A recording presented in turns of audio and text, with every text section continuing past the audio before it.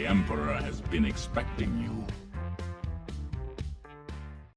Greetings, Star Travelers. This is Man and Ushanka. The scenario for this video was written in collaboration with my Kazakh friend, Abslore. The link to his channel in Russian is in the description. Thanks, mate. And yes, today I will also try to use my newly acquired accent to try to sound more authentic, more Tarkinish. Dantooine is too remote to make an effective demonstration, but don't worry. We will deal with your rebel friends soon enough. Okay, let's go. So, in a recent time, I've noticed a tendency to consider the First Galactic Empire to be worse than the Old Republic in every aspect possible. In my opinion, such a position is just a result of the superficial level of knowledge of the Star Wars lore, by taking only films, TV series and maybe gameplay from a game or two into account. Of course, there can be no doubt that the events described in the noted works of art are canon, but one should never forget that they narrate only from one point of view. And, as well as we cannot judge about the Second World War only by films, one should never judge the Galactic Empire according to the stereotypes formed after consuming the products of mass genre.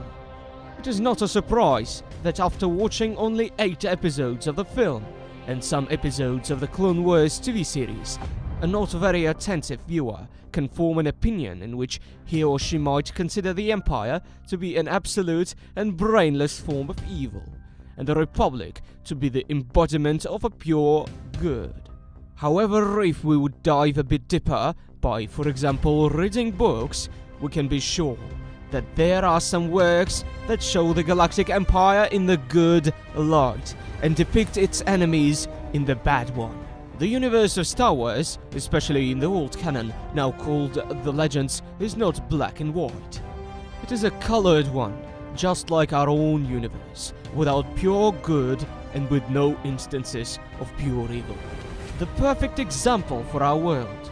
Both the USSR and the USA cannot be considered absolutely benevolent or absolutely malevolent. They are something in between, since both the regimes had both great achievements and dark moments. That is why we should always try to see and compare all of the points of view, and then, only on the basis of concrete facts, we can derive conclusions and make loud statements. And that is exactly why I started making this video today, to refute the statement of the Galactic Empire being absolutely evil and the Galactic Republic being absolutely good. I think it would be easier for us to begin with refuting the main and the most frequent arguments that can point to the Empire being utterly wicked. So what about the racism and the anti-alien discrimination?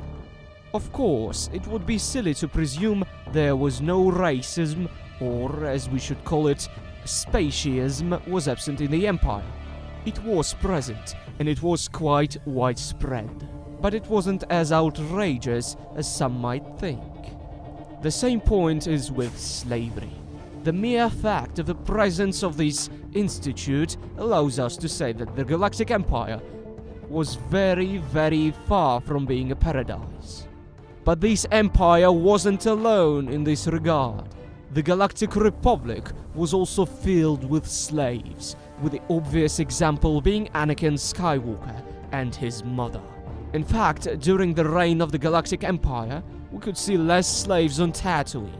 I honestly don't remember even a single slave shown or described to us in films or in any of the books, except for the unfortunate dwellers of the Jabba Palace.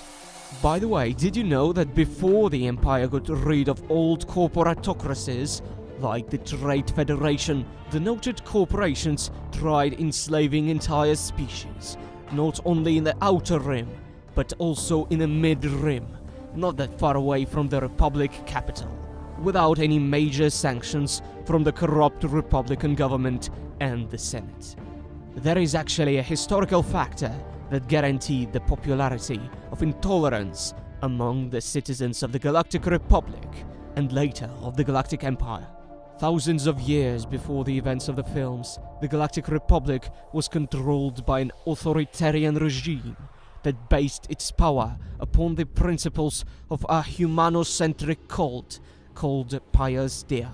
During that tumultuous era, the Galactic Republic experienced one of the bloodiest series of conflicts in its history. The famous Pious Dea Crusades that also included measures of witch hunting and xenophobic propaganda. Even millennia after the end of the Crusades, major portions of the Republican population felt the longing for the militaristic past. Just imagine the scale of the events that took place during that era of internal and external strife.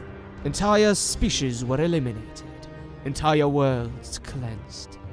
And on the other hand, we have the Imperial aggressions that literally fade on the background of the evils that were committed by the Republic in the past.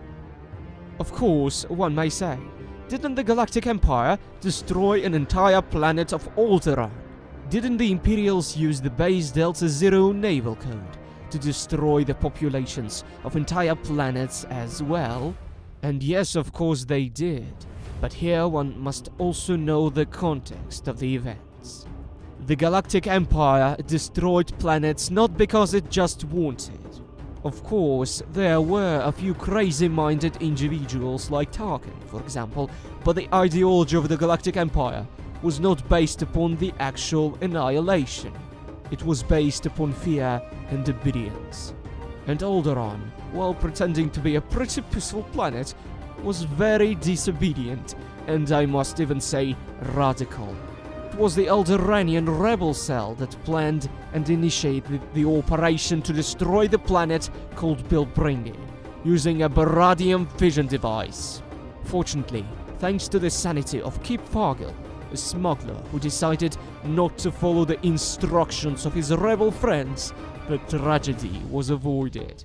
By the way, do you know about the destruction of the population of planet Karmas, performed by the Imperials? Yes, it was an act of violence, and those who ordered the massacre can indeed be Cold War criminals. But the fact is that Bothan's spies, the very agents who will later help the Rebel Alliance to acquire the plans of the second Death Star, played a key role in the destruction of Karmas. Why we mention this particular example? Because it shows that the universe of Star Wars has no clear distinction between the good and the bad. Sometimes even the so-called good factions commit bad deeds. By the way, it is time to talk about the rotten and corrupt apparatus of the Galactic Republic. To prove our point, we can cite the information from the Imperial sourcebook, where we can learn about the predecessors of the Imperial intelligence, about the 5 bureaus of the Republic intelligence that fought between each other now and then, following the whims of different senatorial factions. The quasi-confederational Republican apparatus of power caused literal chaos in the Outer Rim, where pirates, slavers, and CIS remnants held entire sectors under their control. Some of them even called themselves kings. All this mess was later cleared up by the Galactic Empire. In fact, that is what the Emperor ordered right after establishing himself an eternal ruler. All these adventures of the Imperial armed forces in the outer fringes of the galaxy received the name of Reconquest of the Outer Rim. The noted operation lasted for 2 years, from 19 to 17 BBY. By the way, in the preceding years, the Republic also tried to conduct the peacekeeping activities in the Outer Rim. Should I even mention they failed? And that is mildly sad. In the conflict called the Hux War, the Galactic Republic showed its bad sides by putting sanctions upon the victims of the war, planet Kali, that was under attack of a technologically advanced insectoid race of Hux. After the sanctions bill was enacted, some of the planets in the Outer Rim experienced devastating hunger. Hunger that undoubtedly killed millions of lives, and maybe even promoted cannibalism among the Kalish population. Oh, and there is also Mother Star, the native world of dogs that was occupied by Grams, who enslaved the whole race by the legal actions they performed in the Galactic Senate. We should also never forget that the Senate gave the right to vote to the Trade Federation, the act that allowed this mega corporation to acquire the right to own a whole fleet of space warships. By the way, do you remember this face? Yes, you are right, this is Bail Organa. Is he not a kind defender of disadvantaged people? A real social justice warrior? That is exactly how he was described in the Rebels TV series, as well as in the Ahsoka book. But was he really like that? Of course not. It was he who tried to legalize the usage of baradium bombs, and it was ultimately he who was responsible for supplying the most radical rebel cells, including the infamous Alderaan cell we previously mentioned. Of course, the dissolution of the Senate that was performed by Palpatine, an act that was a part of his ultimate strategy of centralizing his authoritarian power, was not a very democratic move, and his actions ultimately led to an increase in corruption levels. But we can't even compare it with the situation that was omnipresent in the Galactic Republic. Yes, during the heights of the Imperial reign, the freedom of speech was frequently obstructed, and nepotism rates were growing. Yet during the last years of the Galactic Republic, things that grew were chaos, oligarchy, and the law of the jungle. Both of these forms of government were, mildly speaking, not the best. But, choosing from the two evils, I would better pick the Imperial one, especially since the reforms that took place after the death of Palpatine, when Pelion, Natasha Dalla, and later emperors from the Fel dynasty changed the Imperial society to better. Of course, the Second Galactic Empire was not a paradise, but it was shown that the Imperial Order can have the humanistic face and develop the society in a humanitarian cause. And yes, I should also mention that after Palpatine started the process of power centralization, the so-called Department 3 of the contrlol fought against smugglers and black market agents, spreading the rule of law to the deepest fringes of the galaxy far, far away. Unlike the Galactic Republic, that could only boast with hundreds of big ships, the Galactic Empire produced thousands of capital ships every year, creating the biggest military starfleet in history. Trillions and trillions of soldiers served in the newly created Imperial Army. And no, those soldiers were no conscripts. They were no cannon fodder. They were skilled warriors that agreed to serve by their own volition. But it wasn't only the army service that was prestigious.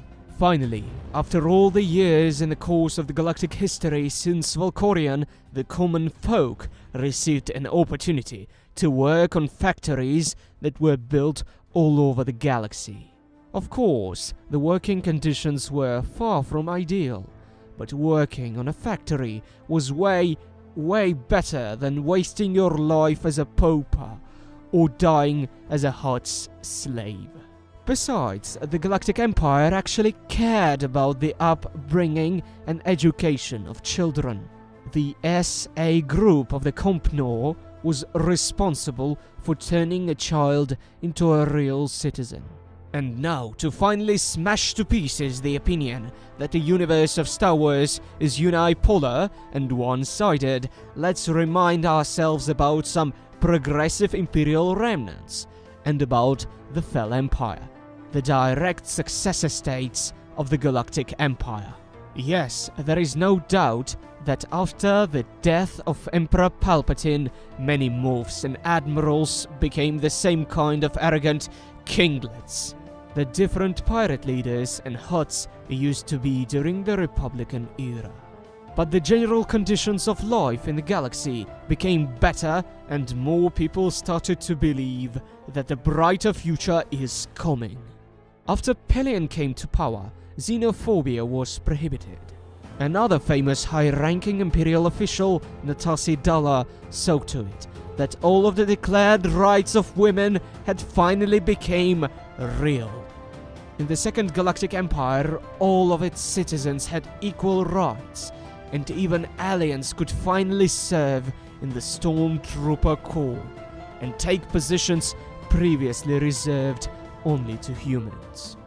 While summing up the conclusions of our today's video, I would like to clearly and openly say one more time that the universe of Star Wars is not a black and white universe. In the galaxy far, far away, especially in the old canon, there is no true greater good, and close to no absolute evil. Of course, if we only consider the kindergarten kids-oriented TV series, our perception can be easily fooled. In the universe of Star Wars, as well as in the real world, there is no clear answer what state or organization is the best. We can easily say that the preferences a person might have towards one form of government or another are very subjective. And even considering all of the positive sides of the empire, the rapid economic growth, and the bigger rate of stability, some people may dislike the Galactic Empire for obvious reasons, like limiting the freedom of speech, for example. The main idea of my today's video was to show that the universe is not simple. Understanding the universe, even a fictional universe, and especially our universe, requires critical and system thinking. A person who prefers to see the world through rose-colored glasses is always easily manipulated. By the way, I plan to include a bit of philosophy like this into my future videos as well, so don't forget to subscribe and leave a like if you want to see more. Thanks for watching, and as the ancients said, let the Force go with you, always.